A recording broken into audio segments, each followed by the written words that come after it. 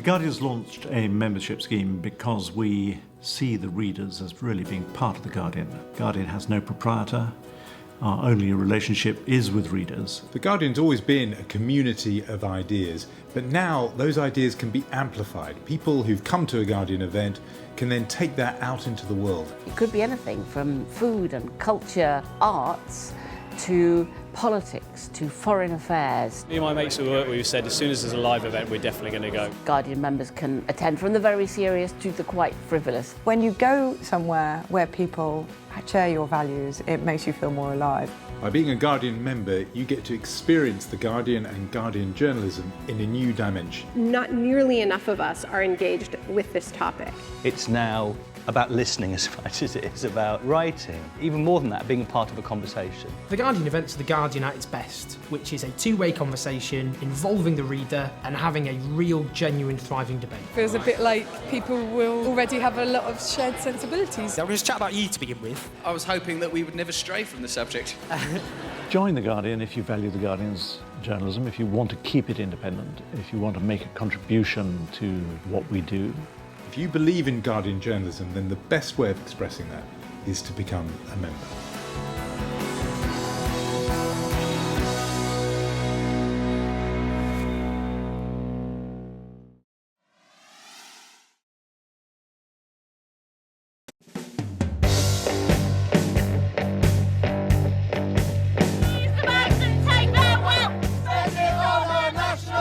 When I first came to the Labour Party conference, I was 16. Mrs Thatcher was at the height of her powers, and the conference really felt like a seething mass of anger. This is the quietest, most tame conference start I have ever seen in my life. Are you angry about anything? I'm angry about what the government is doing to my community. I've got 15 people chasing every single job centre plus vacancy at the moment, so I'm pretty angry about that, yeah. Can you turn the anger on a bit more? I think what people are looking for us to do is actually to come up with solutions to their anger and to actually come up with what the government needs to do to make things better. It's kind of the easy route is for us to be angry about things, but we do need to put out direction of travel indicators, as we are doing. Have you got or have you seen any direction of travel indicators? I don't think I even know what you mean by that.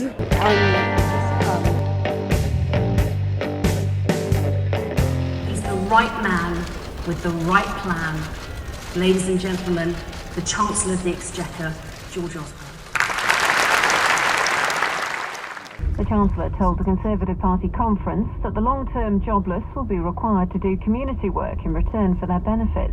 Yeah, we were talking about today that everyone was getting money off the government, benefits and stuff, and then they're trying to introduce a new system. I think we spend too much money on the benefit system. Yeah, we do spend a lot. We work so hard to get where we've come, but exactly, then yet half of our wage gets taxed. The people that are not really bothered. I know whose side this party is on. What do they mean? Yeah. People that work for a living. Right. So you end up on the dole, whose fault is it? Obviously your own fault. You should be in control of your own actions. Yeah. No one else is in charge of your life. You make something of it and you'll get somewhere. If not, then your fault. The battle to turn Britain around, it is not even close to being over, and we are going to finish what we have started.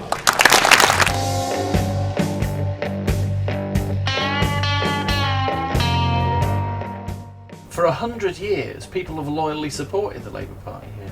Yeah. Especially the older men. What do you think Labour's done for the Rotherham pedigree? Not a lot. Not a lot. Nothing. Well, this is supposed to be historic Labour heartland, steeped in tradition from Nyron Bevan and Neil Kinnock. And yet, strangely enough, the one thing we're not picking up is any enthusiasm for the Labour Party. I did vote Labour in the past only because my grandfather has always been. Why do you still vote Labour, sir? I just voted on. Just habit? Yeah. It's having a cup of tea in the morning? Yeah. That's what you do? Yeah.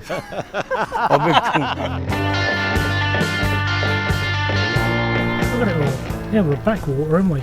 That nobody gives a shit about. And do you think he and Mr Farage are any different? Well, I'm hoping so. Who did you used to vote for in the past? Labour. Did you? Yeah, I always voted Labour. Time was Labour was the party of the working man, eh? Of course it was. Of course it was. What happened? Eh? Bloody Thatcher got in, fucking destroyed it, didn't she? Done the working classes, didn't she? The UKIP's full of people who think Mrs Thatcher was the bee's knees. Oh, they are. This fellow wants to shrink the state. He's no fan of the trade unions and the working man. Well, I don't suppose he is. Nobody is, are they? But someone with your politics shouldn't be voting for him. Yeah, of course they should. You just want to put two fingers up to them all, don't you? Yeah. This is a precious thing for Kensington. I think if that was to be taken away, you know, you would take away. Yeah, it's like ripping the heart out of it, really. Yeah. The staff are so dedicated here. They put you into the right direction to where you need to be, and it just changes your life so much. Has it changed your life? Definitely. The only thing that we have. How many of you are going to vote? All of us. All of us. And who are you going to vote for? Labour. Labour. My son, he's got 3 kids and he's been sanctioned 4 times. SNP was the ones that went and paid the bedroom tax for, like, say, the disabled and all the rest of it for the full year. The Labour Party would say to that, well, we oppose the bedroom tax and we're committed to reversing it. Labour brung it in. The Tories have went and expanded it. Everywhere. So at the end of the day, Labour still went and brung it in. But that's that's in there in the way that you're going to vote at this election. It sounds like it is. Listen, I'll never, ever in my life vote Labour again. It's too close to call. There's all to play for. It's neck and neck. No cliché has been left untouched in this election. It's very close here. It's really confusing. One's pledging 30 million there, one's pledging a couple of million. They're going to put so many million into this. Who's telling the truth? So you might vote for one or the other? Yeah. I think keep the Conservatives in. Why? Because he has done a lot for the working people. So you're going to go from Conservative to Greens, possibly? Yep. Wow, it's a big journey. I think I was going to walk into Halal Butcher and find a UKIP voter, I've got to tell Their you. benefits are so high, yeah. They don't want to go to work. I mean, I work and I don't earn a great wage, but I'd rather work. It's pride, I think. Why are all these people got food banks then? Pride. Why are all these people got a food bank? Yeah, a lot well, of those... it depends what they spend their benefits on. Absolutely. I was saying to you, what's the difference between the Labour Party and the Conservative Party? Do you have an idea of what the choice is there? Really? One is slightly better for a poor person and one is not. Okay, which one's slightly better for poor people? Conservative. Wow.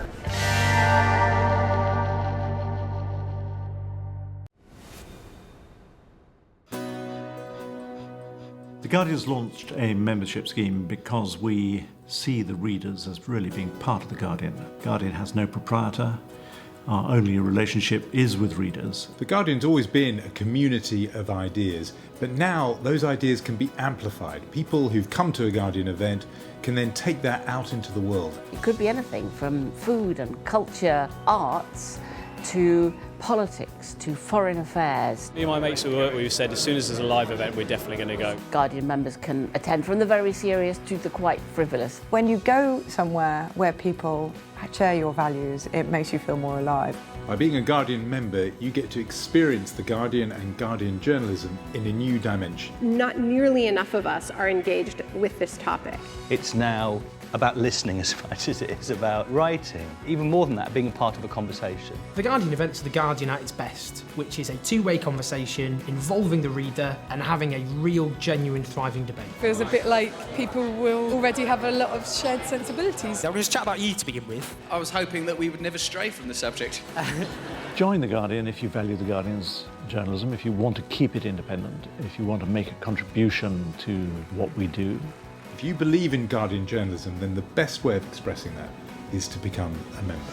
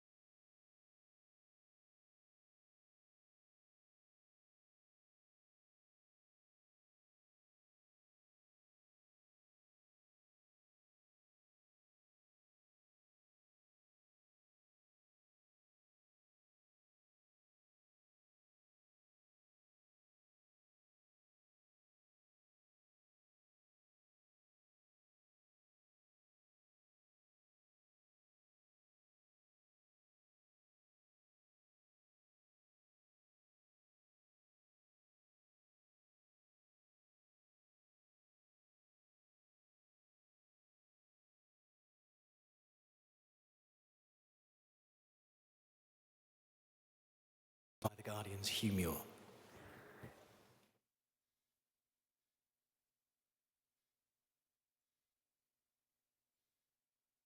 Council was a fellow I used to work with. Okay. Well, we're not allowed in there. They decided to do it on their own and they'll let decisions let us know, really.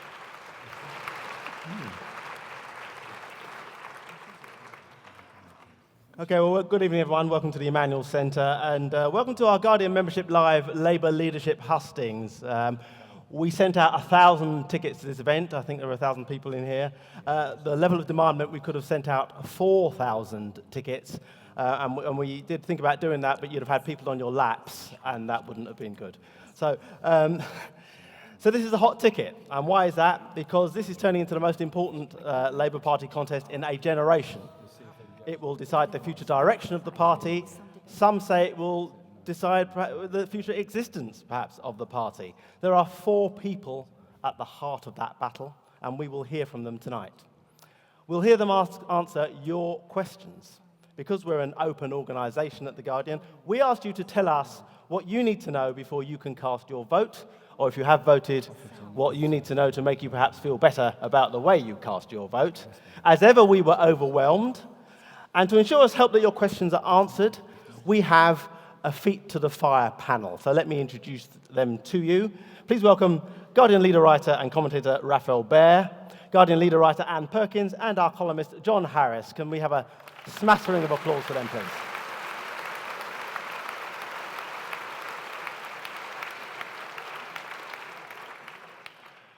But of course, the most important people we'll see tonight will be the candidates. By now you'll know them well, but for anyone just back from Mars, perhaps, who doesn't know that Jeremy Corbyn is the one with the grey hair and the beard, let me introduce them. Let's bring them out. Andy Burnham.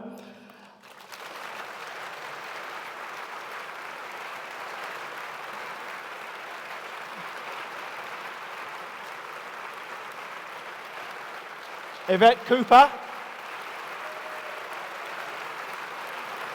Jeremy Corbyn. And Liz Kendall.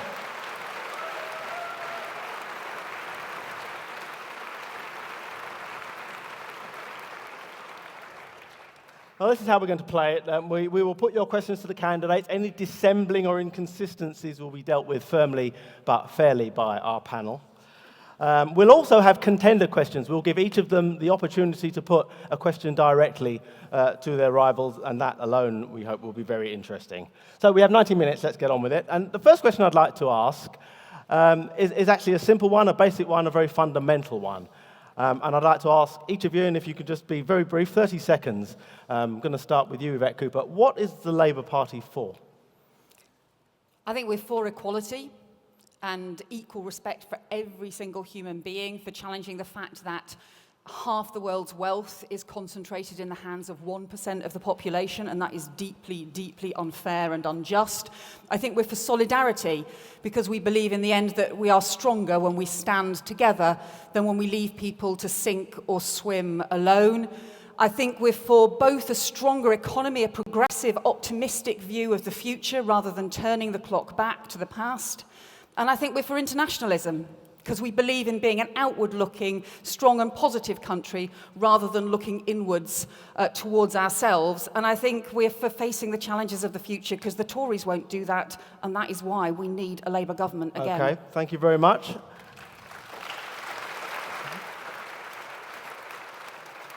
Liz Kendall. We are a party for equality and social justice.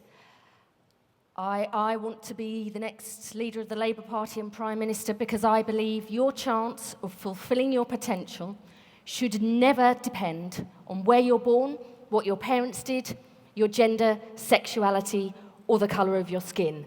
And the way we achieve this fairer, more just society is by working together through solidarity.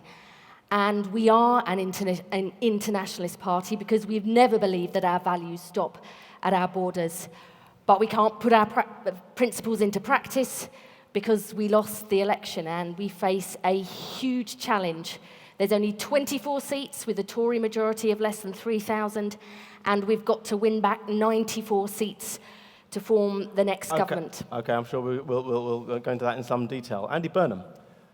Labour should be unequivocally for a world where nobody is left behind, where everybody is supported to fulfil their potential. The sad thing is, we still live in a country where the postcode of the bed you are born in pretty much determines where you end up in life. That is the reason I joined the Labour Party 30 years ago, to challenge that. It's why I'm standing before you tonight. I want to lead a Labour Party that campaigns for a more equal, a more just, a more fair society. That's what Labour has stood for in the past. It's what we should stand for in the future.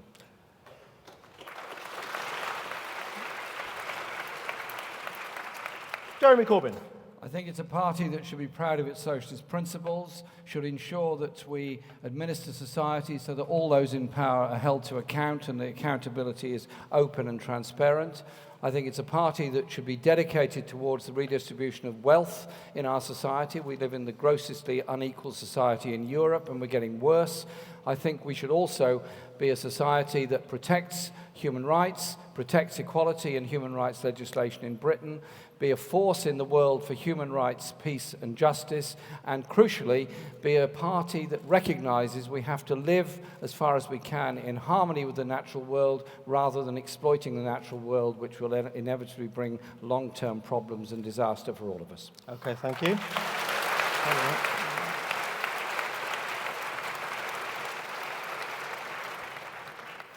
John Harris, just turn to our panel. Do you feel that you know what Labour's for now?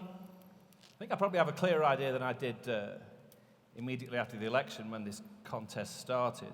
Well, I don't know whether anyone remembers, but aspiration was very much the in-word. I could never quite figure out what that meant. And some candidates were talking about the dangers of Labour being associated with people who wanted something for nothing. I suppose the question that arises from that is whether the candidates think the sort of clarity and oomph of their message has changed somewhat in the course of this campaign, and if so, why? I'll put that to them. Yvette Cooper, do you feel that there's been a clarity of message during this campaign? I hope there has, because there's so much at stake. This is about who we are as a party, but it's also about whether or not we can win the next election, because otherwise we let people down. And so that does mean we've got to persuade people of our values, but also that we've got the answers, and the answers that are going to help and be radical for the future, and also be credible enough to win. I don't think this is about shifting the debate during the campaign. I think this is about being strong enough to be both true to our values and also strong enough for us to win the election as well, and strong enough to take the Tories on as part of this, because they're being let off the hook if we're not careful. Talk about how you intend to do that, but I want to go straight to a question from one of our readers, and I think, Rafael, you've got a question there? Yeah, we just heard a very sort of idealistic overview, the principled account of what Labour should be. This is something that takes us almost in the other direction to a very practical point here. I want to ask, and I'm going to ask this question to Liz Kendall first of all, about the process of this election. This is the first time we've had a contest under these rules. Part of the idea was that we would widen the debate, you would include more people. So what I'd like to know from you, Liz, and maybe some of the other panellists as well, is how has this new system, these rules, worked for you? Do you think it's been a successful process? Would you change anything about it in that way? And do you think at the end of this process, because we are coming towards the end, the Labour Party will be in better shape to take on the Tories? I think it is brilliant that so many more people have joined our party as members, as supporters, and through the trade unions. That is exactly what we wanted to do throughout this leadership campaign. It is fantastic, and we've got to make sure that all those people who've joined up to support us actually get far more involved in the party, not just on the doorstep, but in terms of developing our policy, campaigning in their communities. So I think it is brilliant, and I really welcome it. Can I come back, though, to something that John said about aspiration? In a moment, I'd like to be well, just hang on. I will come back to you, and you will get to talk about aspiration, because I know it's something that's yeah. a big part of your policy platform, but not just now. Can you say, Andy Burnham, that this has been a successful campaign? I mean, you're having to go through the new members and find out if there are any Tories there. I mean, it's been a long campaign, so long that I can just about remember being the front runner at one stage. But as a veteran of these things, you may remember that I've done this once before. So as a veteran of these campaigns, I can say, Rafael, to answer your question, these rules, they have some imperfections, but they are much better than the rules we had last time. I'll tell you why. Because last time, an MP's vote was worth 1,000 votes of everybody, 1,000 party members' votes. So 1,000 people in this audience were worth one MP's vote. And that meant it was basically a Westminster-dominated contest. The rules have broken that out, and we are having a more vibrant debate here about the future of the Labour Party. What I'm hearing coming through that debate is this party of ours is crying out for change. It is fed up with the way Labour has been in recent times, too Westminster-centric. A party, to be honest, too often dancing to the Tory tune, be it on education policy, welfare policy. People are fed up with it. People want something different. This contest has brought that out. Of course, there are issues to look at with respect to the £3 registered supporters. But, in the end, I think, as Liz was saying, 600,000 people or 550,000 people now registered to vote.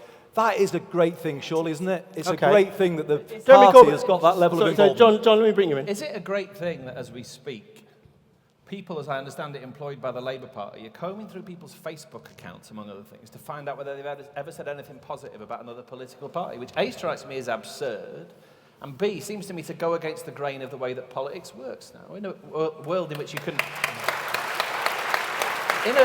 In a world in which you can endorse or say you support something by clicking like on Facebook, the politics of what seems to be a sort of polite purge don't seem to me to be terribly appropriate. Jeremy Corbyn, are you happy with that kind of practice? Well, I'm delighted that there's 550,000 people involved, and I hope that those that have registered as supporters or union affiliates will actually become full members of the party so that they can play a full part in all the policy debates that we have to have. I take John's point, because if people are coming to Labour who've formerly been with other parties or no party or are attracted by the possibility of taking part in something, surely, unless they're actually active participating members of another party or members of another party, really it's a good thing if they're coming in, is it not? Welcome people in. We're trying to grow as a party, aren't we? Anne Perkins. I'd like to know how you're going to convert this poetry of campaigning into the prose of day-to-day opposition. And I particularly want to understand how MPs at Westminster should respond to this great surge of excitement, and I'm sure we'll come to this later, but how the tricky issues where what party policy is conflict with what a lot of people in this room would like to see. Jeremy, could I perhaps ask you that? Well, I think Andy made a good point when he said that this election is the first one where the role of the Parliamentary Labour Party is minimal. Well, in my case, it was maximal because I nearly wasn't in the contest because of the role of the Parliamentary Labour Party in being the gatekeepers of the contest. And it does mean the whole dynamic in the Labour Party has changed, because whoever is elected the leader will have a mandate from, so will the deputy leader, from a very large membership. And it does mean we have to change the way we make policy. I don't think we can go on having policy made by the leader stroke shadow cabinet stroke PLP. It's got to go much wider. Party members have got to be more enfranchised. Party conference has got to be more enfranchised. We're living in a society where people communicate with each other very quickly and very easily, have phenomenal numbers of ideas very quickly and very easily. They can push forward. I think we've got to catch up as a party and a political system with the speed of process that people are involved with, and that means a big change in the way the Labour Party does things. Is there not going to be a bit of a problem, though, when, let's say, for instance, Jeremy, you are elected leader of the party, but this is a question for everyone, really, and you have a view and you dispatch your chief whip to go to the PLP and say, this is our view, and people, including perhaps some people on this panel, will say, I don't really agree with that. And Jeremy, when you were an MP and you didn't agree, you simply just didn't vote. Well, yes, when you were a backbencher and you didn't agree with the chief whip, you just said, no thanks, I'm not going to vote with that. And so will it not be practically difficult to actually corral the parliamentary party through the lobbies to agree with you when Jeremy Corbyn was on the backbenches? He didn't seem to be bound by that same discipline. Why do you use the language of corral? Surely it ought to be the language of what we're trying to achieve as a party and as a movement. So if we are, as we are, opposed to the welfare reform bill for all the awful things it does, then we campaign on that, we press on that, and we obviously do our best to make alliances in Parliament to get a successful vote on that. And you do that with many, many other things. Do MPs have disagreements with the party on matters of conscience, on issues of civil liberties and so on? Yeah, they do. I've had disagreements with numbers of chief whips over the years on a number of issues. You discuss it in a civilized way. You don't use the language of abuse. You explain why you disagree. Sometimes concessions are made. Sometimes concessions are offered. And that's a good thing. But surely the idea that you do everything by a top-down discipline rather than by a participating upsurge is really a bit out of date. We need to have more people involved in things. It's got to go wider. Liz Kendall, you differ from Jeremy on a lot of things. Do you think that he, sure, if the polls are right, could run a disciplined, unified party? Look, this contest isn't over yet, and I understand why people want to talk about the process and are kind of putting all different scenarios out there for what happens afterwards. But people are still undecided. People are still deciding how they're going to vote in this leadership election. Let's focus on the issues. But you've already said you wouldn't serve in his cabinet. Yes, because somebody asked me, and not that Jeremy's offered me anything. The night is young. But the night is he could yet. Young. Look, we Don't have accept the job we of have. Chief Whip, Liz. I That'd think be that hard. I think we have the same values. We want a fair and more equal society. We believe in human rights and security and peace. We have very different ways of achieving it. But let's not, pretend this election is over yet. I'm determined to keep fighting for every vote. I know I'm a long way behind, but I'm determined to keep making the case till the Can I end. slightly, sorry Liz, go against the grain of what you just said? Because I think clearly there is a big story here, as we all know, and I wonder what the other three of you, so to speak, think of it. Someone told me, I think I read online actually, that someone had been to Betfair at the outset of this contest and been given odds of Jeremy winning of 900 to 1. Now, Paddy Power is already paying out. I don't know whether Betfair are, but that person I would imagine is probably in Marbella having a long, slow drink. Right? I'll ask Yvette and Andy this, I suppose. Why do you think that's happened? Why has ordinary political sense, it seems, been turned on its head?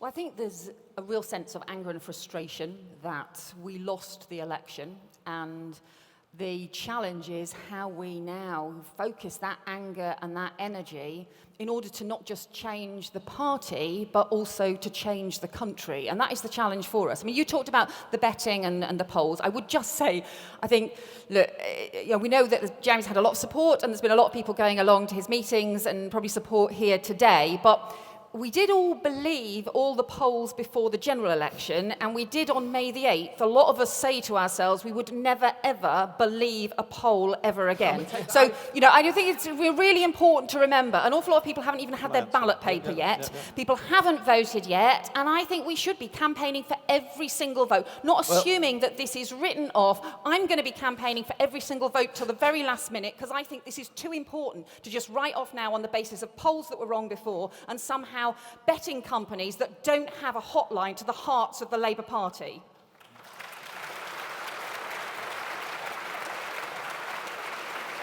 Can I answer John's question as well? Presumably you'd say different if you were in front in the polls. Presumably your view would be slightly different then. I would still be campaigning hard for every single vote, because I think there's so much at stake. Andy Burnham. I agree with Yvette that it's all to play for. Don't believe everything that the polls are saying. This contest has got a long way to go. But I want to take on John's question, because it's a really good question. I've thought about it a lot. I've said this, why have people responded to some of the things Jeremy said in the way that they have? It's what I said a moment ago. This party is crying out for change. The thing that you may not realise is that I have become disillusioned myself with Westminster politics, having worked in it for a long time. Over Hillsborough, I saw how, as a government, we were so out of touch from people. A party just wasn't listening to our own people. But on social care, I tried twice, at the 2010 election and then at the 2015 election, to bring forward a major reform of the way we care for older people, to bring social care into the NHS, to say that, the party that created the NHS in the last century to free people from the fear of medical fees should have the same ambition in this to free people from care costs and all the destruction that can do. And we should aim for an NHS that treats people with dementia and autism as well as it treats cancer. Now, having tried to do that, I found both times that the modern Labour Party wasn't able to embrace a reform on that scale. And you've got to come to the conclusion, haven't you, given that we're just past the 70th anniversary of the formation of the Attlee government, that the modern Labour Party simply could not have created the NHS. Now, I think people are crying out for policies of ambition, of vision, of scale, that make people's lives better, that touch everybody. And this is what Labour hasn't done in recent times.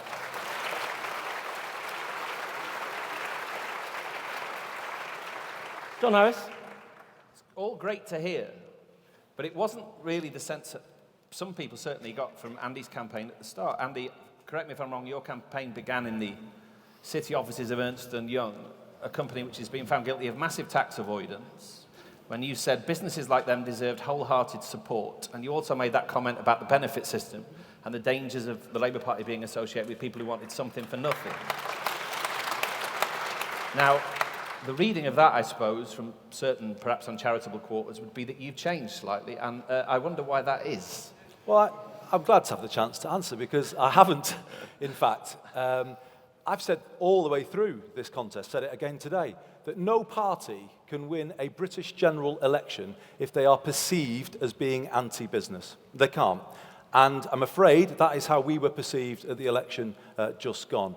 You need to have policies that show we are in favour of supporting businesses, helping them expand, helping them employ more people. They didn't feel we were on their side, and throughout this campaign I have said we need Labour policies that support people who are building businesses, growing businesses. That seems to me to be absolutely just common sense that you need to be in that position. So I haven't changed that, John, at all. At the outset that, as you said the other day, that the Labour Party's got to start talking about tax and taxing the rich more. Again, they weren't the sort of smoke signals I was getting from your campaign and other people's at the start. Well, no, I disagree, because I put forward my plans for social care that imply a tax, and I've done that consistently over a long period of time. I've spoken in this campaign about the need for a land value tax. I said that early on in the campaign. You know, my point is actually, this is what Labour's got to change. We've been so frightened of the Tory press at times that we've not been able to challenge free schools, challenge academies, and yes, say, a better way to bring the deficit down is to have tax paying a bigger part in deficit reduction, not doing it all from spending cuts. Labour should have offered an alternative to Osborne's punishing austerity at the election. I've said that over many, many months. Well, perhaps you're peeking at my notes, because we are going to segue, hopefully seamlessly, to that. We have a question on the economy and on the deficit, and I think Andy got that. Yeah, this is a question from Miriam Greenwood, who I think is out in the audience somewhere. Yeah, so the perception is, the polling evidence, if you would trust it, says that Labour never persuaded the electorate. This is a question that particularly aimed at Liz, that you failed to persuade the electorate. It wasn't your fault that the deficit was so big. And I wonder what you think you can do to persuade the electorate, rather than the selectorate, that it wasn't your fault? Well, I think that there's two things that we have to do. We didn't stand up for our record in government anywhere near enough, and we saw in the last leadership campaign the Tories managed to get that message across, and they kept hammering it home ever since. And we've got to say that loudly and clearly. It wasn't, we did not cause the deficit and the debt, and that was created on Wall Street, not on Downing Street. But I think the reason why we lost people's support on the economy is, I don't know if any of you have read the research that John Cruddas has done about why we lost, is that people feel that we didn't believe in getting the deficit and the debt down. They thought, they didn't believe that they could trust us with their taxes or on the economy. And they want a government that is fiscally responsible. But they also believe that the economy isn't working for them. And one of the things that Ed Miliband got absolutely right was that way before the crash, most people weren't seeing the benefits of growth.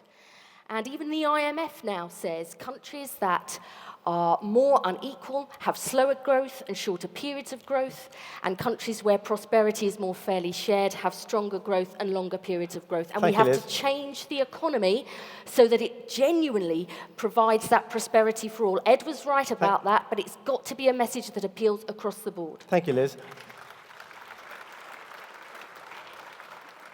Yvette Cooper, how do you persuade the public that Labour wasn't to blame? It's a millstone around the party's neck. Or how do you deal with that? Yeah, and look, Labour did have a problem, I think, before the election of looking as though we were pushing business away, and so we have to deal with that. But on the issue of the deficit, we've just not got to swallow the Tory myths on this. We've got to have some confidence about this. It was not the deficit that caused the financial crisis. It was the financial crisis that caused the deficit, and it wasn't too many teachers, doctors or sure starts that caused global banks to crash, and we should never let anybody get away with saying that.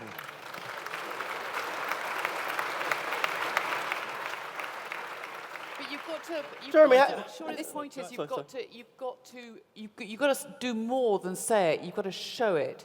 You've got to show it with policies. Now, what Yvette, is the policy that will persuade people that you can make it work?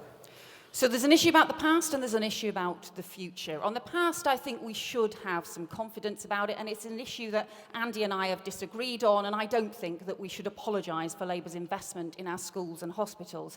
But on the future, we've also got to be strong enough to offer an alternative to the 40% cuts that George Osborne is proposing. That is not about getting the deficit down. It is not about good economics. It's actually an ideological assault on our public services, and we have to have the confidence to have an alternative to it. But the final thing I'd say, look, that does mean we've also got to say, of course, the debt and the deficit have to come down, and we do so in a responsible way, but we don't do it. When we set out that alternative, oppose the 40% cuts, but don't think we can do it just by printing money. And that's my disagreement with Jeremy on this, because I think you've got to be able to do this in a way that is actually credible and can deliver, not trying to think that as the economy's growing, you can print money that you haven't got. We can oppose George Osborne in a credible way that is also radical for the future. I'm going to bring in Andy Burnham in a moment, but first I just want to ask Jeremy, what do you think of what Yvette just said? And how would you establish economic competence, because that's such a key issue? Well, the first point to make is that the crash of 2008-9 was brought about by deregulated banks, by subprime mortgage crisis, and it was brought about by the ineffectiveness of control of what the financial system and markets did. I think on that pretty well everybody would be agreed. Bringing the banks into public ownership, again, we'd probably all be agreed that was the right thing to do. The wrong thing to do was to put the shares in a holding company, which George Osborne is now selling off some RBS shares at a loss, for example. The other wrong thing to do was to say the way to deal with this crisis was to impose austerity on the economy for X number of years, and that X number of years has now become X plus 5, and so it will go on.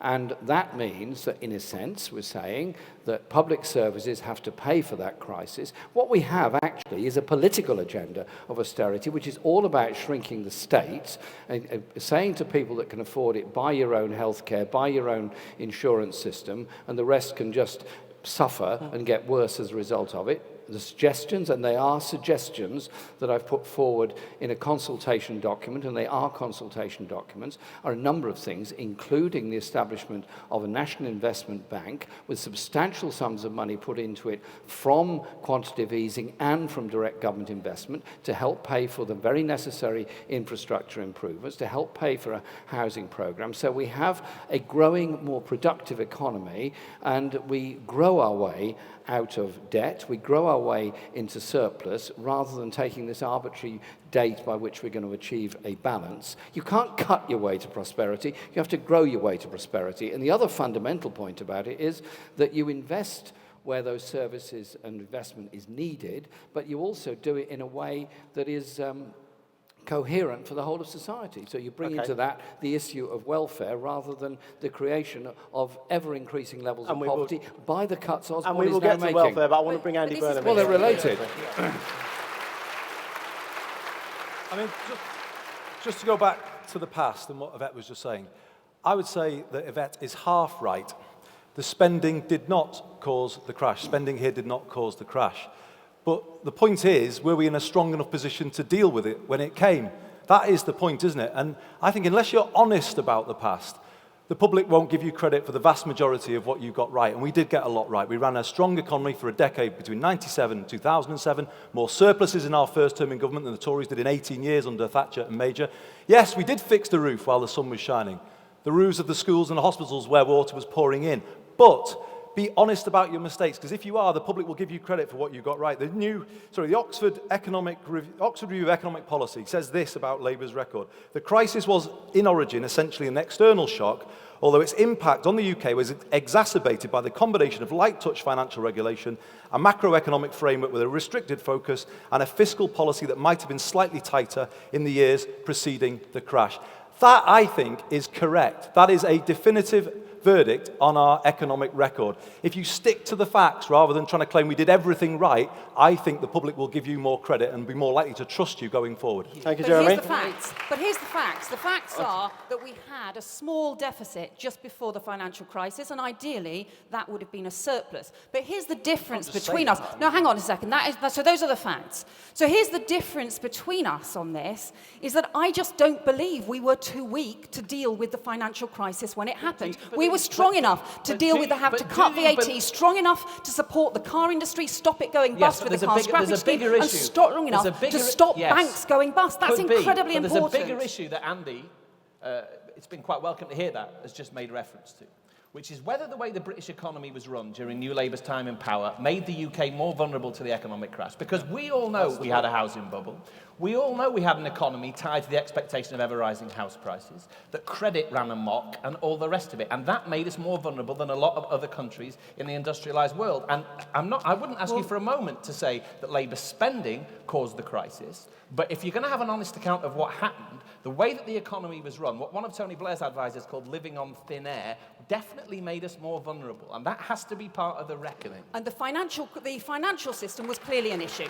So let's all be honest. There should have been much stronger regulation of the banking system, and there was a huge problem. It was a problem in other countries as well, but it was certainly a problem in Britain, and we have to take responsibility for that. But the difference between us is that Andy has apologised for Labour's public spending before the crisis. No, I haven't. And well, you did, because it was on the hustings that we had on Victoria Derbyshire. Let's get it right. I said the deficit was too high in 2007. I know that because I was Chief Secretary then, doing the last spending review of the last Labour government. I was asked, was that deficit too high?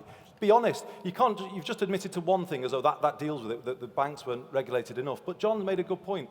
The economy wasn't broad enough. We had too big a focus on the service sector. We didn't have a broad enough industrial strategy. And this says the fiscal policy was too loose going into the crash. That's the difference between us. Let's go with the There's facts. a big difference between us on I think whether or Ed not Miliband and Labour's Ed Balls public made a spending big was mistake in problem or not facing up honestly to our record, because if they had done that early in the last Parliament, the public would have given us more trust for what we got right, so and we would have been in a stronger position to defend our record. It's the issue that Andy made it. It's the issue that Andy made was that whether or not we were spending too much on our public services. If you're standing for the leadership, to my mind, on this question, the issue has to be, would you go into the future with your eyes open about exactly what I've talked about? And what worries me hearing you is that Andy perhaps would, and it suggests that you might not, Yvette. Well, actually, no, because I think public services were not the problem. And in the end, that I think is where... I'm going to have to... I think, well, where there is a problem... Can I be answered that? Because he's just made an assertion. Let me answer the question. I do think there is not enough investment in science in Britain.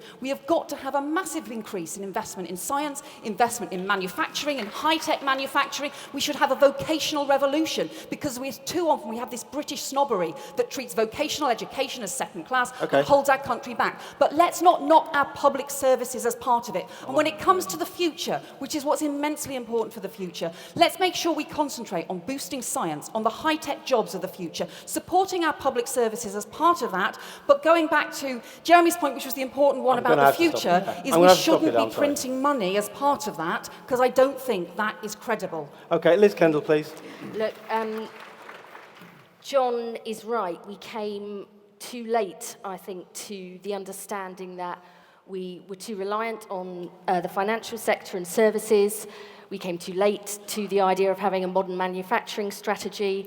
And if you look at countries like Germany, they have far more balanced growth.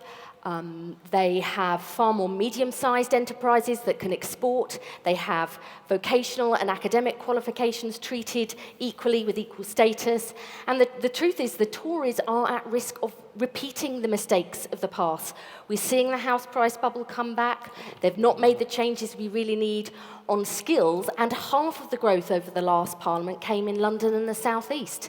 Now, I'm pleased there's been growth in that part of the country, but unless we rebalance the economy and take the Tories on for their failure, John is right, we could be at risk of this problem happening again. We need some fundamental changes in our economy. I want to see workers having more of a say and a stake in their companies, again, as they do in Germany, because workers tend to make decisions which focus more on the long term. We are so short-term as a country. Shareholders judging the success of a company by the profits at the end of every year rather than longer-term goals. There are big changes that we need to make. I think we have to be fiscally responsible but economically radical if we're going to make sure there are good jobs that pay a decent wage in every part of the country, and if we're going to be able to compete with the rest of the world and prevent another kind of boom and bust happening again.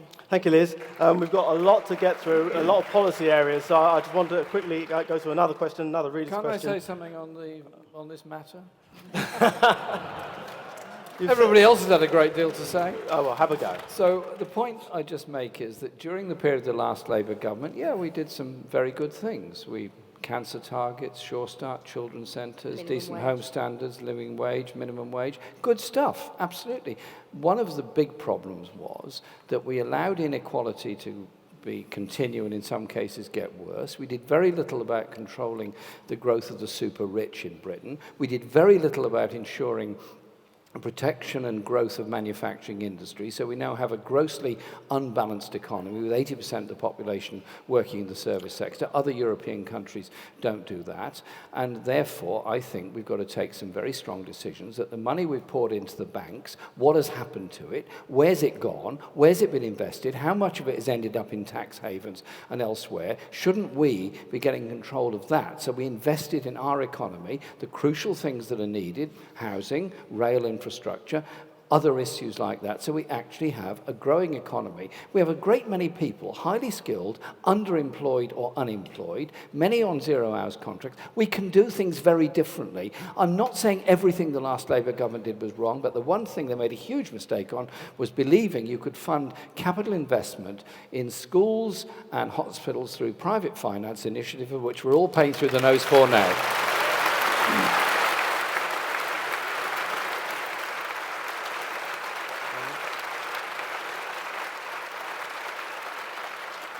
I know you've been saying things today about PFI, but I want to move on to another area, and we have a question. I think John has that on welfare. Probably time Jeremy was asked a chewy one. You what?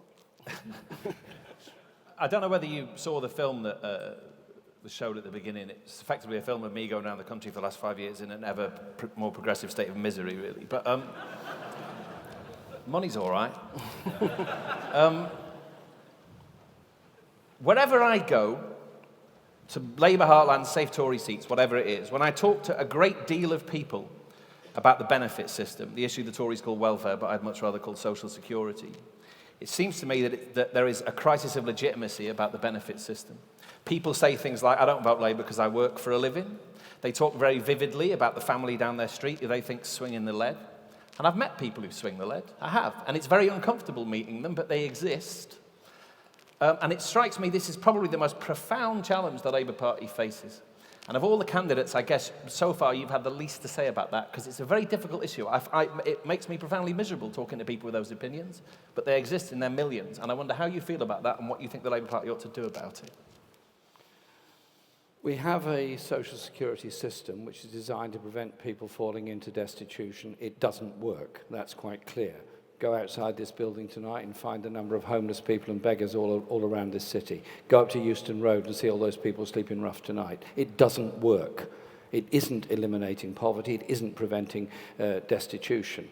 We have a very big welfare bill, a very large part of which goes to a combination of subsidising in-work benefits which pay for low wages and subsidising high rents in the private rented sector, which some of our newspapers, not your own paper, but others, then cheerfully write off as being money thrown at people who are trying not to work. It's disgraceful, the language that's being used. Can't we start from the principle we want to live in a society where nobody is destitute, nobody is sleeping rough, and nobody is forced to beg?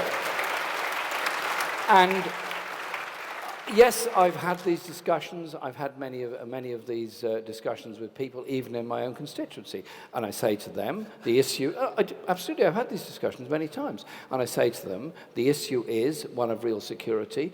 If you were out of work and unemployed, you would be able to claim it because you're entitled to it. If somebody is claiming that to which they're not entitled, then obviously that is wrong. But so often, there's kind of unpleasant, apocryphal stories told about other people and about neighbours. And some of your colleagues, not on your paper, but on other papers, report those things as fact. The reality is that the vast majority of people that are having to get by either on low wages where they get in-work benefits, or they're out of work and relying totally on benefits, often face sanctions if they have some minor lateness for an appointment or anything like that. Life is pretty tough. Life for those kids on benefits is pretty tough. And families, some families don't look forward to the summer holiday as a couple of weeks camping in France or something like that. They look forward to it with total dread because their families will not get free school meals during that break. We should have a bit of a heart about the levels of poverty and inequality that exist in Britain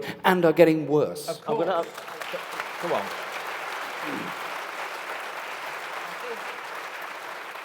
I think it's pretty clear most Labour supporters and lots of non-Labour supporters would agree with that assertion when put like that, and it's clearly an ethical and moral position. Why don't we put it like that then? Well, here's the question specifically.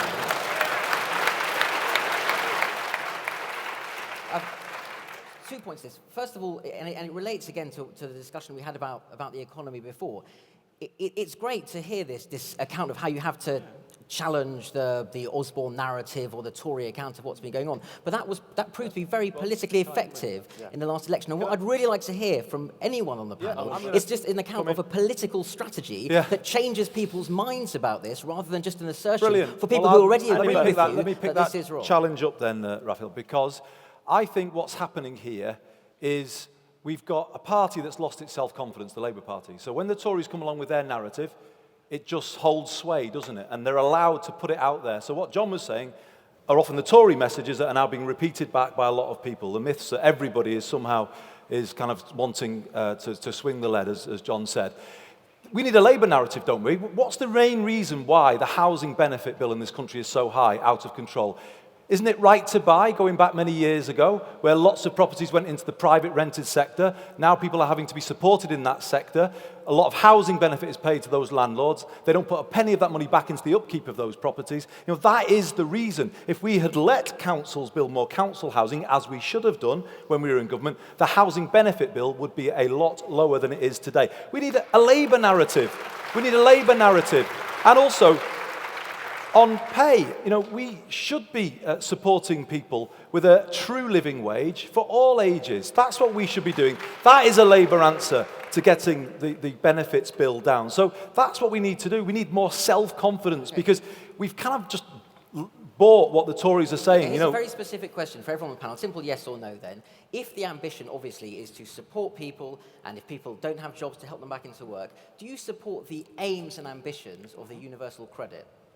No, I think we've got a yes or no? a dehumanised. We've got a dehumanised DWP regime, as Jeremy says, that is there to punish people, there to sanction That's people. Not what the universal credit is for. That's not the that is the way. Credit. That is the way. In reality, it comes down on the ground where the staff in DWP are incentivised to apply these sanctions. I think we need a radical reshaping of how this system works. What I would do, I would give the DWP budget to local authorities. I believe they would do a better job of getting people back into work, of supporting people at a local level. I think you need a radical change to this kind of top-down, dehumanised approach that doesn't support people and just seeks to punish them. Let me quickly go down the panel. In terms of universal credit, what would you do? The universal credit has become a con. They originally talked about it as being about making work pay and supporting people in work, and actually they're now making people going to be worse off. If they're working harder, they're going to have more taken away from them. So, of course, you want to support people. With the tax credit system was all about making sure people were better off if they're working hard, and instead what the Tories are doing is cutting that back so that you've got working families having to go to food banks to put a hot meal on the table. That is wrong, and it's immoral. We're the fourth richest country in the world. We should not have families being put in that position. Sorry, Liz Kendall, what would you do? Look, We are spending far too much money on the consequences of failure in this country, and we have to make a case for a Labour vision for welfare reform. And John is right.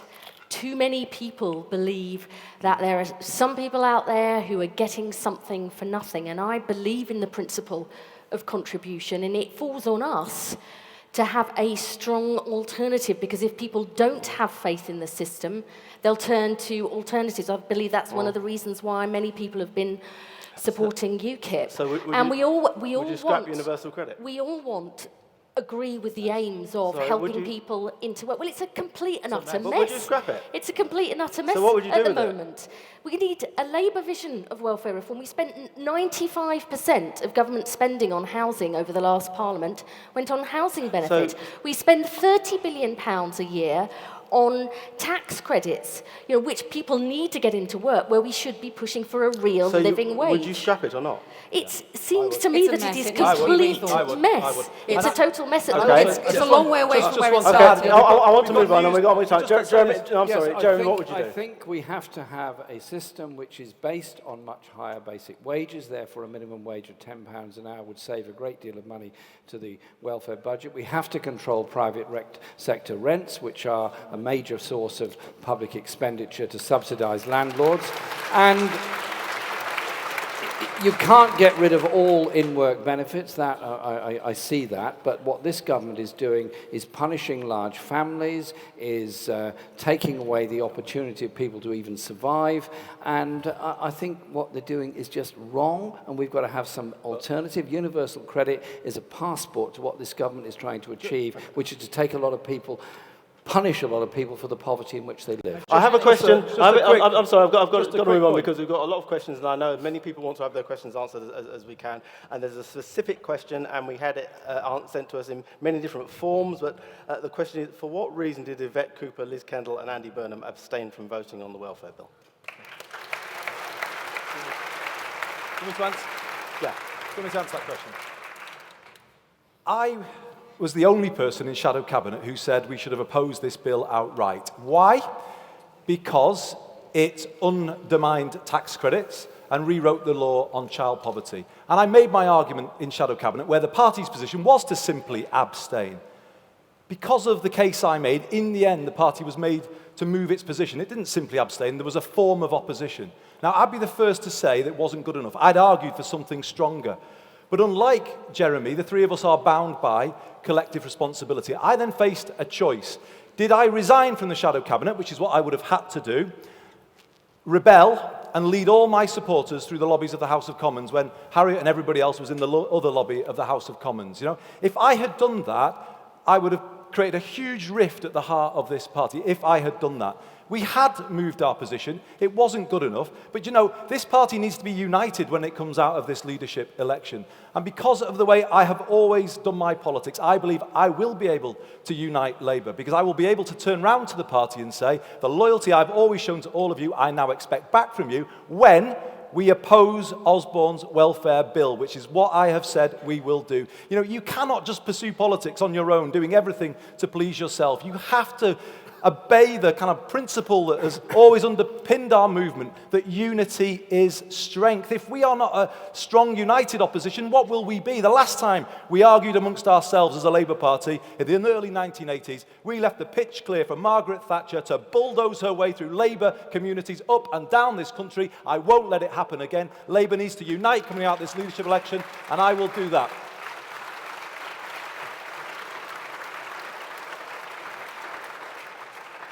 Yvette Cooper, why did you abstain?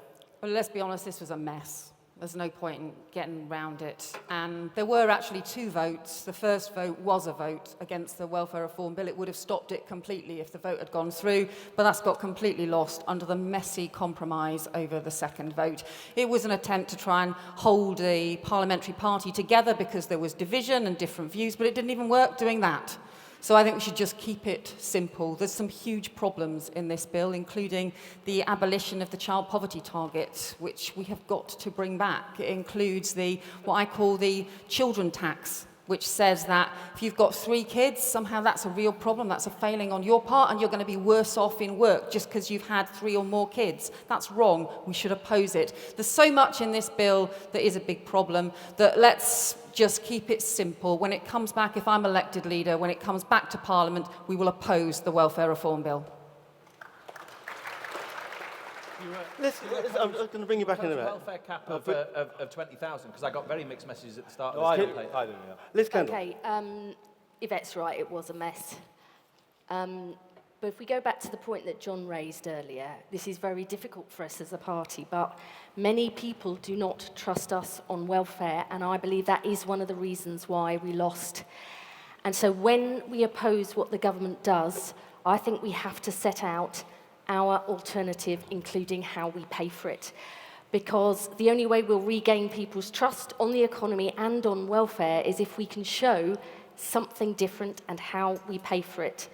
So on the cuts to working tax credits, I've said instead of doing that, because that hits poor and low-paid families, why not reduce the £100 billion a year bill on tax reliefs? You know, that's bigger than the entire working age benefit budget. It's barely even looked at. That's why I've asked Margaret Hodge, who was a former chair of the Public Accounts Committee, to look at how we cut that tax relief bill and how we can reverse the tax credits. Now, if I'd been leader at the time, I would have set out a full alternative, including how we would pay for it. Because unless we do that, we won't get people's trust back on the economy, and they won't believe that we can be trusted with their taxes. Okay, Jeremy, very quickly. The other 3 abstained. You did not. You voted against. They talk about party loyalty and that being the reason. Did you not feel that? This bill is fundamentally wrong. And the Labour amendment was wrong as well, because it included with it approval not just of a reduced benefit cap of 23,000 in London, but of 20,000 outside London. And the whole bill is accompanied by a £12 billion cut altogether in welfare spending. And there has to be something very, very different. I think we were wrong to put forward that amendment, and we were even more wrong not to vote against the bill at the second reading, and we should do so, because if we're prepared to stand up for a coherent, cohesive society where social security is a part of it, then surely you've got to be seen to be totally opposed to a bill that is the very opposite of everything that the Labour movement believes in. Okay, I'm going to stop you there because I want to move on.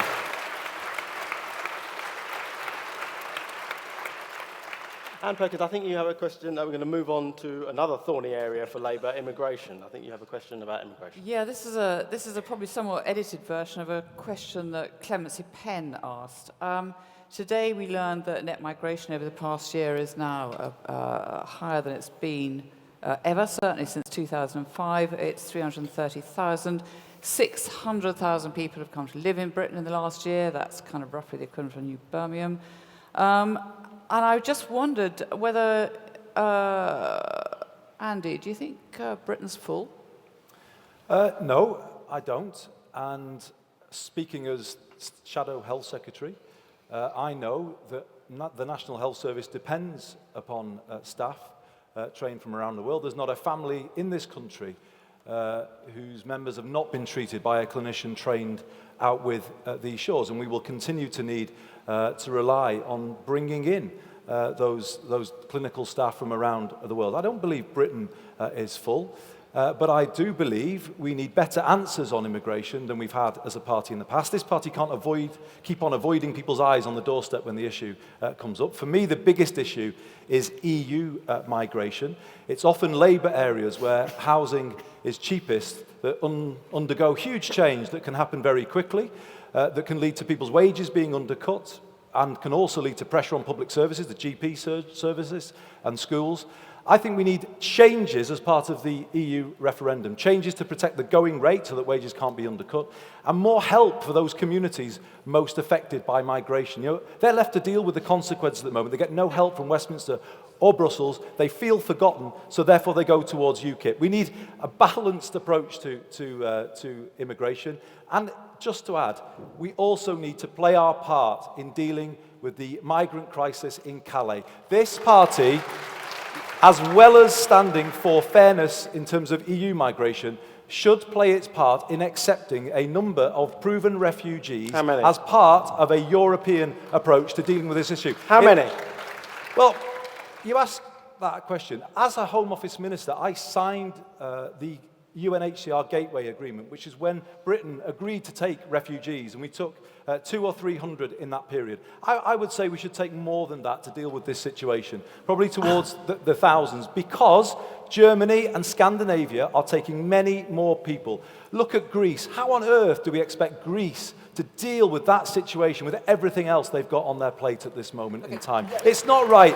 We should have a balanced approach to immigration, but welcome in those who are fleeing persecution, as we have always done, and not be fearful of what the Tory press might say about that. Let's just talk hard political practice here then. What you've just described would effectively mean signing up to the sort of agreement that is being discussed currently by France and Germany, Angela Merkel and François Hollande. This could easily be presented, let's say this is presented on the front pages tomorrow, as Andy Burnham believes that Britain's migration policy should be agreed at European level. Let the Europeans decide. No, what is your... Just explain to me, to the voter, to the swing voter in Telford or Nuneaton, someone who voted Labour maybe in 2010, voted Conservative in 2015, who doesn't trust Labour on immigration, partly perhaps because of all the reasons you explained about public services, but also partly because they feel the very character of the country has changed. That's an emotional reaction they have. From everyone on the panel, can you please explain to that person why they should trust Labour? We have to separate out the issues, Raphael, don't you? Non-EU migration runs to different rules. And to answer what Anne was saying at the beginning, yes, there need to be clear rules there about who can come in and who can't, and the way that is handled. Okay. But then separately, you've got to look at EU migration. I've mentioned that. We need to see changes in the rules so that Europe doesn't lead to people feeling their jobs, their wages, their communities are changed unfairly. But then thirdly, asylum is another completely different issue. And yes, a European approach to it, where all of the countries of the EU agree to play their part to help Italy and Greece and to spread the load across Europe. I am quite clear about that. That is what we should be doing.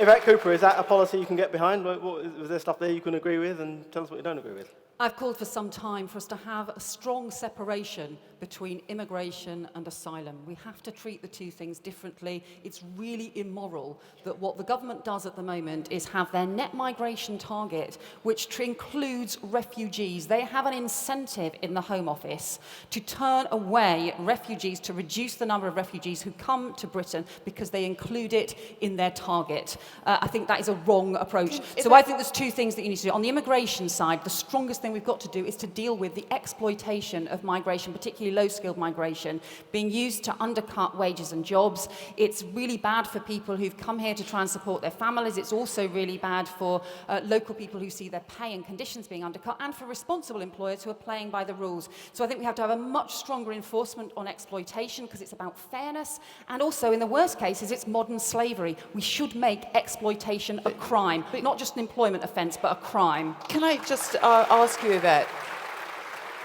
It's really good to hear you raise the moral dimension of the refugee crisis, but there are 4 million displaced Syrians. Europe would like us to take, the EU would like us to take 20,000. Could you buy into that? I think we have to take far more. At the moment, they've only taken 250 Syrian refugees. You have millions of people who've been displaced from Syria. You've got obviously the crisis in the Mediterranean itself, where we should be providing and supporting search and rescue.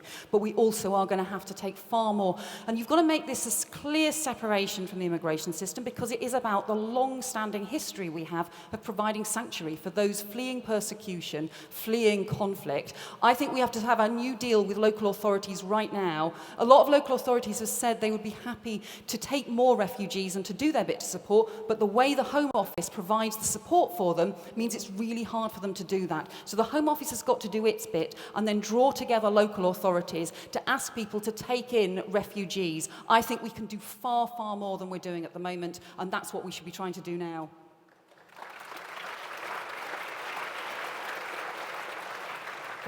Liz Kendall, how would Labour's immigration policy under your leadership be different? Look, let's be honest about this. Immigration is probably the most difficult issue in the country and within the party. Very different views about how we approach it. What's And my view is, if you let me finish, I am beyond proud to be one of 3 Labour MPs representing Leicester, one of the most diverse cities in Britain. And I don't think we did anywhere near enough to champion the huge benefits that people bring to this country. I see it every day in my city and this country, and we should just be challenging head-on some of the myths.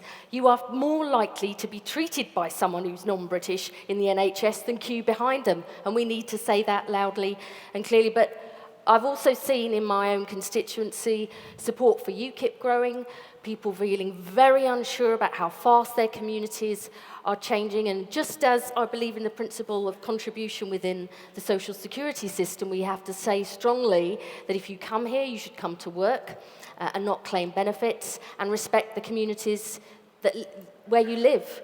And also say that is what most migrants do. There is the truth of this is there isn't a simple soundbite policy on this.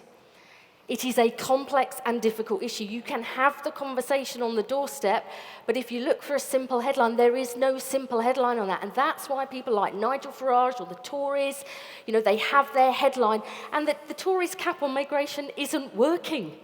And, we must not go down that route, because it will just fuel people's disillusionment with the system if you can claim you can do something that you can't. And we have got to hold firm on that point. Jeremy Corbyn, what would be the gear shift on immigration if you become leader in 2 weeks' time? I think you have to make it clear that migration to this country has been of enormous benefit in education, health, industry, science and research. That migrants are a net payer into the economy, not a taker out from the economy, and that many British people choose to go and live abroad. There are 2 million British people living elsewhere. We also have to separate out the very large number of very welcome overseas students that come here, and they should be allowed to stay for a year or 2 after the end of their courses in order to develop their careers and their professions, and that ends up with a good economic relationship with Britain. We should also recognise that whilst we all say Britain has always been very welcoming towards refugees, it doesn't always feel like that. When I'm dealing with cases of people who fled to this country from Algeria during the Civil War quite a while ago, and many other places, whose cases have been lost or mishandled or whatever by the Home Office, and they are virtually destitute and reliant on churches and mosques in order to get by and survive. The levels of deprivation amongst often very well qualified refugees who want to come here and make a contribution are a shame on this country, and we should be prepared to say so. Okay. First of all, I want to ask Jeremy a question. I want to ask Jeremy a question, and it probably has the same tone of the question that I asked about the benefit system, which is that when you talk in the way that you do, I agree with you, and in a world city like London, where migration on the whole has been a success, it has the ring of truth about it and progressive politics and all the rest of it. I've been to places, though, like Wisbech in Cambridgeshire. It's an agricultural, low-wage kind of town, where very rapidly, a third of the population of that town now is from Eastern Europe.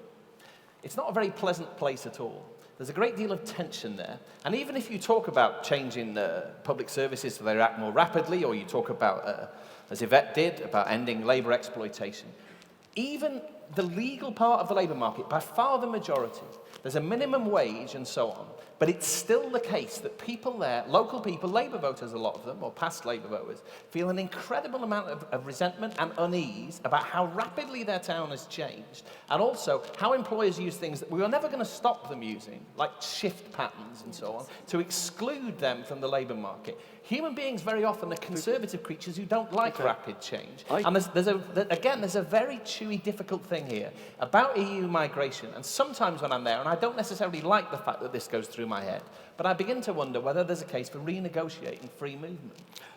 Well, I too have been in Wisbech and talked to people in Wisbech, and yes, there are a considerable number of Eastern European people living in Wisbech, indeed living all over the Fens and East Anglia as a whole. Many of them work in agriculture or agricultural processing industries. Many of them are grossly exploited.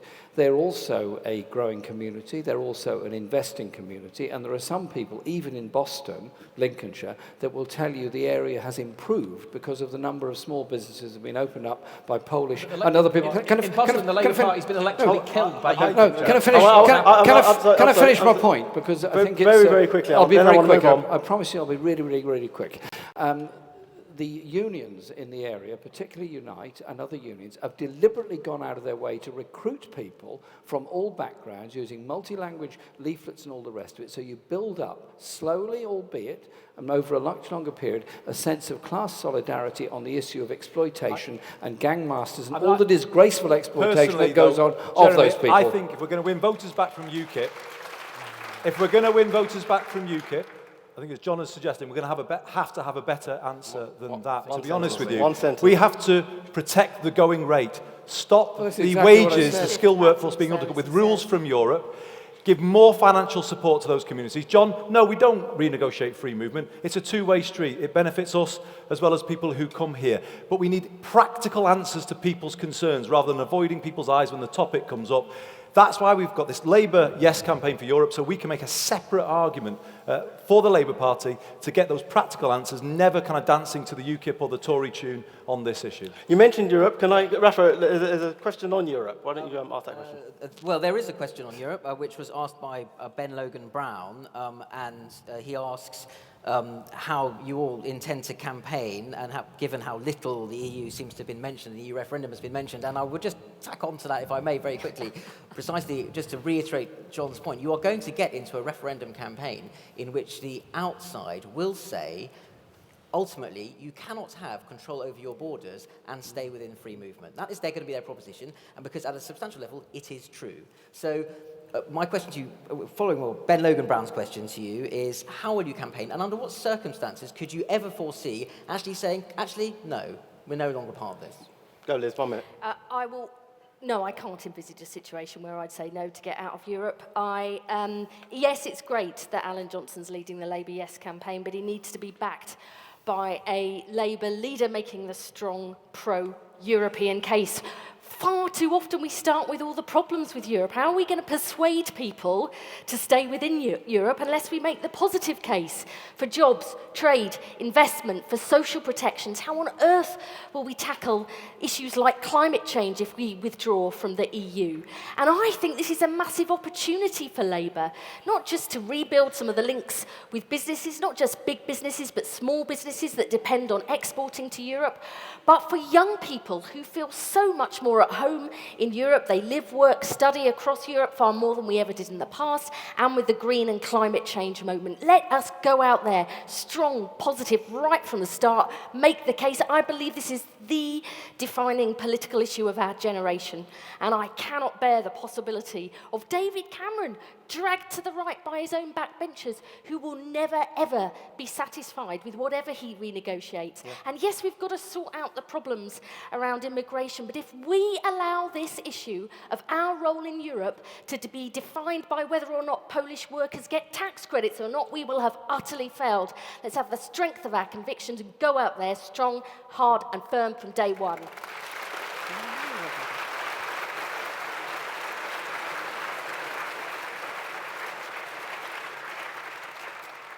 Jeremy Corbyn, how would your party campaign in the referendum?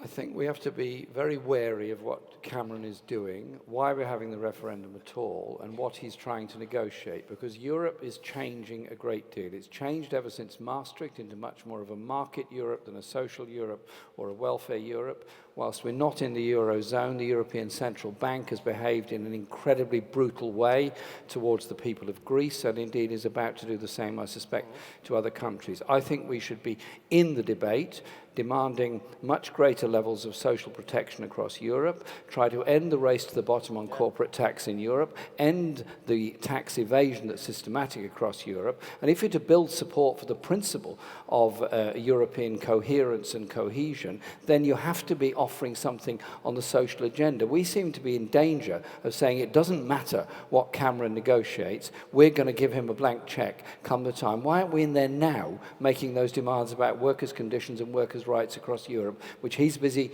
ready to negotiate away? But can you conceive of a Labour Party campaigning to come out At the present time, no, I don't see that, but I do see that Europe is changing very fast, and it's not changing in a good direction. It's very much a market Europe, and also, at the background of this, the trade relations and the trade negotiations, transatlantic trade and investment partnership being negotiated will damage, destroy, or undermine working conditions, environmental protection, consumer protection all across Europe, and indeed all across the USA. So we're not saying enough about that. We're not putting enough pressure on about that. We're just saying, Europe, fine. Europe, yes. It doesn't matter what they do. We've got to be much tougher about what kind of Europe we want to live in. Okay, Andy Burnham. Yeah. The question is, how will I campaign leading the Labour Party? It's to make the case for a people's Europe, a social Europe, a Europe that isn't a race to the bottom, to pick up Jeremy's theme. You know, we saw with Greece, the Eurozone trying to impose a right-of-centre economic orthodoxy on the Greek people over and above their heads, insisting that deficit reduction would be done through spending cuts, not through tax, insisting on the privatisation of public services. Now, I don't think that is a vision of Europe that we want to sign up to. We need to make a separate argument. That's why we need this separate campaign, to argue for a social Europe where people are lifted up, where it isn't a race to the bottom, where we don't have Cameron trading away the social chapter as part of his negotiating strategy. And yes, I'm very sceptical about TTIP. I argue for a full exemption for the National Health Service. It should apply to all public services, in my view, and we shouldn't make any commitment at all that the Labour Party will sign up until we see that final text, because we need to argue as a party for a Europe that lifts people up, that doesn't kind of destroy the floor from underneath them, see their wages cut and their workplace made more uncertain and unstable. We need a people's Europe. That is how we should campaign in this referendum, make the bigger picture for how peace and prosperity can benefit all. And Europe, I think, has begun to lose its way on that. And this referendum, we must recapture that ground. Yvette, are you for yes or yes if? We've got to be yes. And we've got to also argue for the kind of Europe that we want. We've always been an internationalist party. We cannot turn our backs on those internationalist principles now. We cannot prevaricate on this and just be a maybe on the sidelines. We've got to be strongly pro-European, but also strongly arguing for the kind of Europe that we believe in. It is a nightmare the way that the Eurozone has handled the Greece crisis. It is completely unsustainable what is happening in Greece and the deal that they have done. There's no way. If they can't grow, of course they can't repay their debts. They've got to have a different deal for Greece. But where's Britain been in arguing for that? Where, you know, we ought to have been the honest brokers as part of that, trying to get the deal between Germany and Greece. And because David Cameron, he's failed to do that. So I think this is really important that we are part of it, that we also argue for much stronger employment laws, you know, stronger agency workers laws, a whole series of things that we can do that, but we will never tackle climate change if we pull out. We will never tackle the humanitarian refugee crisis if we pull out and try and go it alone and become a smaller, darker country. And the blunt thing in terms of going around the country arguing it is I think about it from my constituency. We have got a new Haribo factory being built, and it's 600 jobs because they're going to be exporting to Ireland, to France and Spain. And the management said to me, well, actually, we wouldn't be doing that if we weren't part of Europe. And that is the kind of argument that we need to be having every corner of the country, pointing to those local examples, because bluntly, we just need more Haribos. Okay, let's see what our panel think of that. Very bad for your quickly. health. I'm slightly confused by this argument, just again, sorry to talk about kind of political strategy again, but about this idea that says the Labour Party should have a different conception and argue for a different conception of what the European Union should be from opposition, in a position where, frankly, David Cameron doesn't really have to care that much about what you think. You wait and see the deal that he's negotiating. Why does he? Because we will be able to speak with one voice on Europe. They can't. He can't speak with one voice. So actually, to be honest, Rafael, you're wrong. The people in this country who want to stay in Europe need a strong, outward-looking, pro-European Labour Party to make that case that Liz spoke so eloquently about. So it does matter, to be honest with you, how Labour approaches this. We have got to go forward confidently and make that argument, because for pro-Europeans across Britain, they are depending on the Labour Party to do it. The terms of the renegotiation are not in your power or your gift. He will announce the deal. The right, the UKIP side will basically call it Cameron's Munich moment, peace for our time. They won't believe it, they won't trust it. People will turn to the Labour Party and say, is this a deal you can get behind? And you will have to give a yes or no answer to that. And you've just said, well, maybe if we'll wait and see. It's not going to work. The left will be as split on this as the right, because either you are for the terms that David Cameron is offering to the country, or you are against it. Thanks. I'm going to try and sneak one quick other issue in, because obviously one of the big challenges for whoever gets this job is going to be Scotland, and how you win back Scotland. Why are we applying for this job, actually? And we have a question from an audience member who wished to remain anonymous. Can you win back the UKIP voters, but could you balance this with taking back Scotland? Liz Kendall. I mean, this is going to be extremely difficult, and we've got the Scottish Parliament elections next year, and that's going to be the first test. And they have with Kes, the new leader there, as the leader of the UK Labour Party, I would be standing side by side with her. But look, we lost support there over a long time. It didn't just happen in the referendum. We took voters for granted. We lost touch with communities. Some of our parties have been hollowed out in Scotland, and you can never win back when that's the case. And there's not going to be some simple magic solution to it. We're going to have to start being a grassroots movement again, campaigning house by house, street by street, community by community. I'd like to see a more federal Labour Party. I never want to see an independent Scottish or Welsh Labour Party, but I do believe the time has come for us to be a federal Labour Party. But we've also got to be able to take on the SNP. I don't believe they're a socialist party. I believe they are a nationalist party. Okay. And Cooper, they please. put people's national identity over and above the things that we share in common as human beings. Yvette And we must Cooper. never forget that. We've got to back Scottish Labour in rebuilding, and we know that it will take time to do that. That's partly about challenging the SNP for the decisions that they are taking in government, the fact that their full fiscal autonomy actually would hit public services in Scotland with billions of pounds of additional cuts on top of what the Tories are doing. The fact that they've cut college places, that's making it harder for working young people in Scotland to get on. But in the end, look, the nationalism is a challenge to the Labour Party because it goes against the principles of solidarity that we believe in. It's about fragmenting and the politics of blame, which can never be the politics of the Labour Party and the Labour movement. And that means, as well as rebuilding from the grassroots, we actually also have to reaffirm those fundamental principles of being stronger together than when we leave people to sink or swim alone, and also of just believing that we should care just as much about kids in poverty in Aberdeen as we do about kids in poverty in Bethnal Green. It's the same issue for us, and we, the Labour Party, should care about it. Jeremy Corbyn, what's the plan?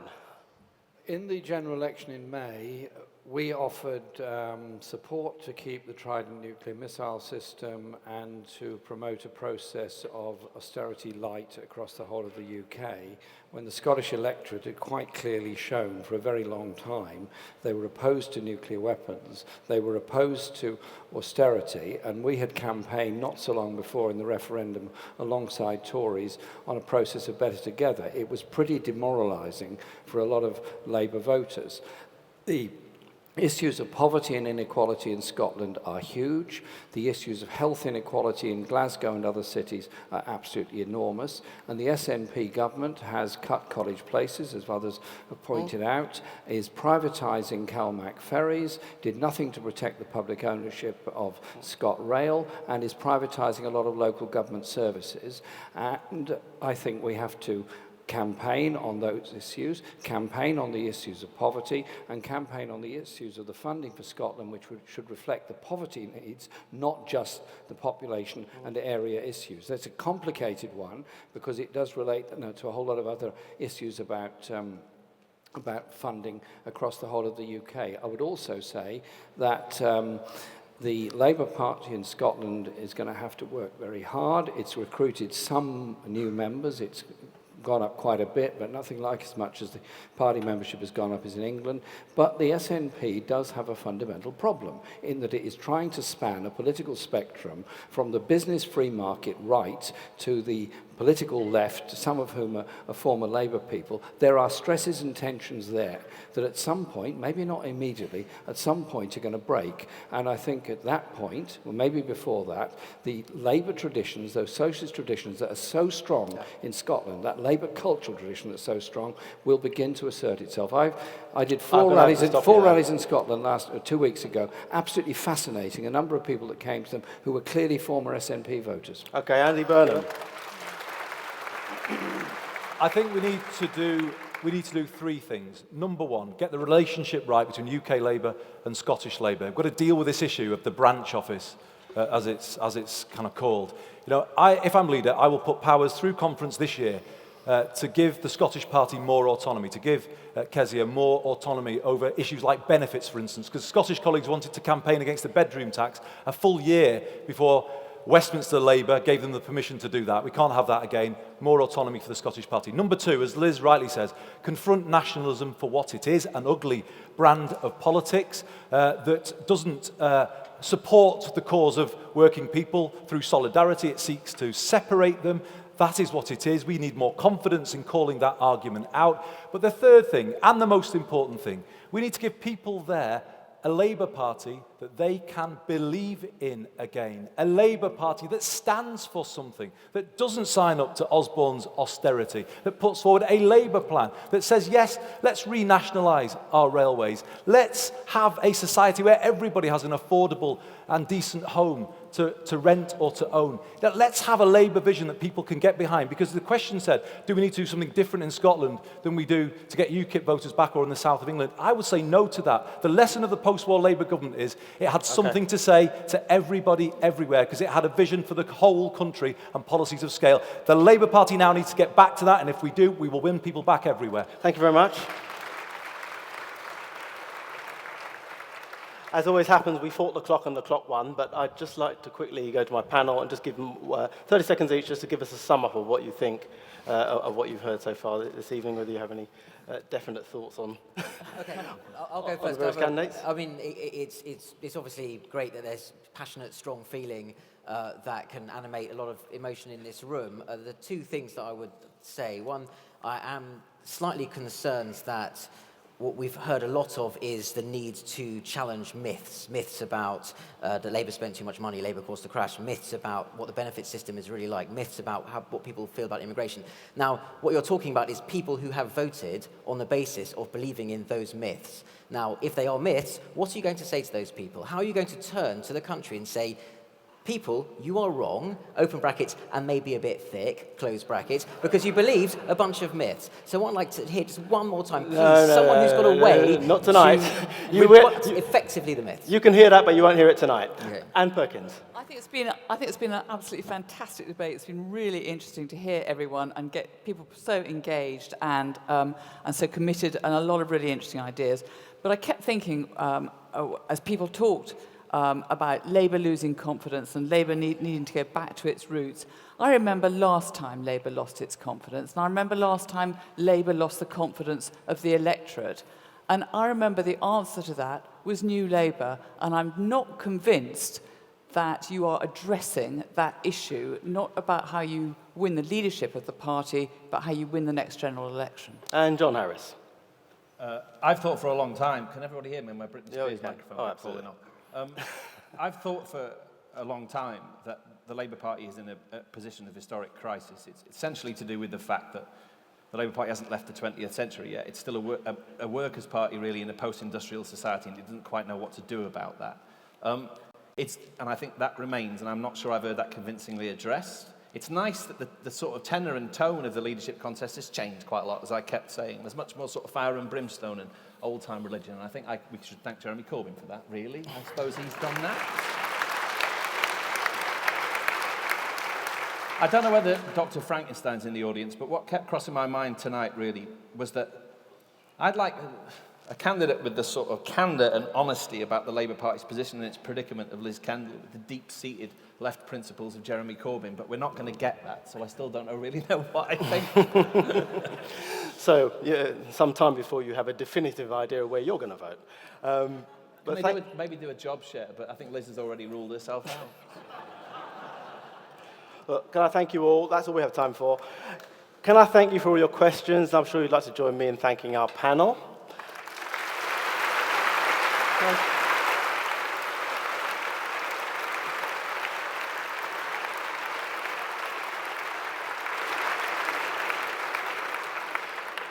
But most of all, let's thank the candidates. There have been many, many hustings. I suspect the small talk dried up between them about hustings number 58.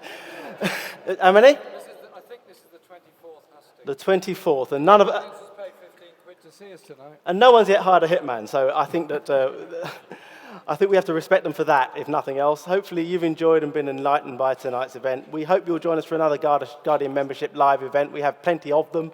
You can check them out on our website. That's membership.theguardian.com.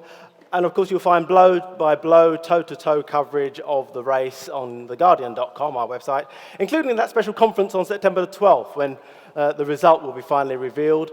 But now we have two choices. We can stay here and be kettled by security or go home for a nightcap and a security of the kettle.